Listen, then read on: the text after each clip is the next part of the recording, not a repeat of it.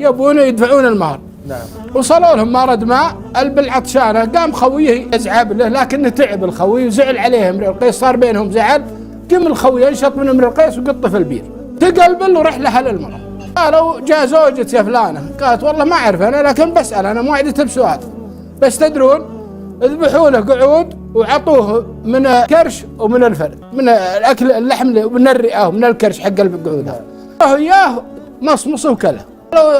الرجال جالس، قالت عطوه من الحليب حق امس الحامض واللبن اللي قبل امس، عطاه اياه وشربه.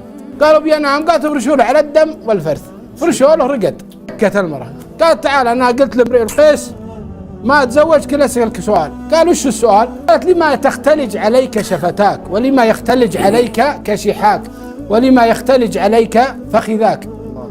رد ردود ما هي باللي تبي ولا اني اقدر اقولها هنا. قالت ما هو بصاحبي اسجنوه.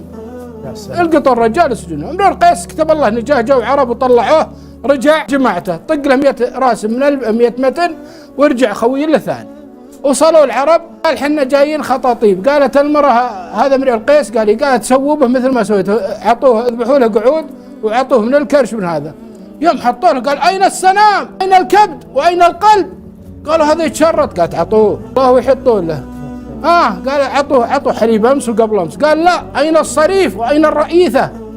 قالت هذا يبي حليب طازج توه محلوب.